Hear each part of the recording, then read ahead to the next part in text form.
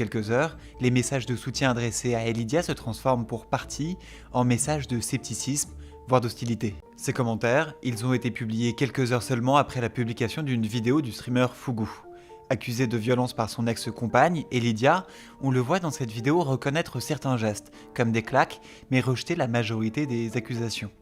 Il décrit une relation toxique et se dépeint lui-même comme victime. En quelques heures, les messages de soutien adressés à Elidia se transforment pour partie en messages de scepticisme, voire d'hostilité. Parfois même d'injures. Selon notre décompte, près de 210 000 publications sur X sont liées au nom de la streameuse depuis le 17 octobre. Parmi les thèmes qui y reviennent le plus souvent, toxique, jalousie ou chantage.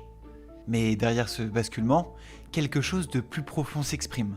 Cette affaire, devenue virale, cristallise une fracture bien plus large que le streaming ou les réseaux sociaux. Elle incarne un phénomène observé depuis plusieurs années, le retour de bâton post-MeToo.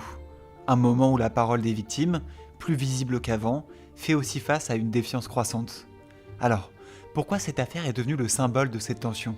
Et que dit-elle du climat dans lequel s'inscrit désormais la prise de parole sur les violences sexistes et sexuelles ? Que dit-elle, en creux, de notre époque ?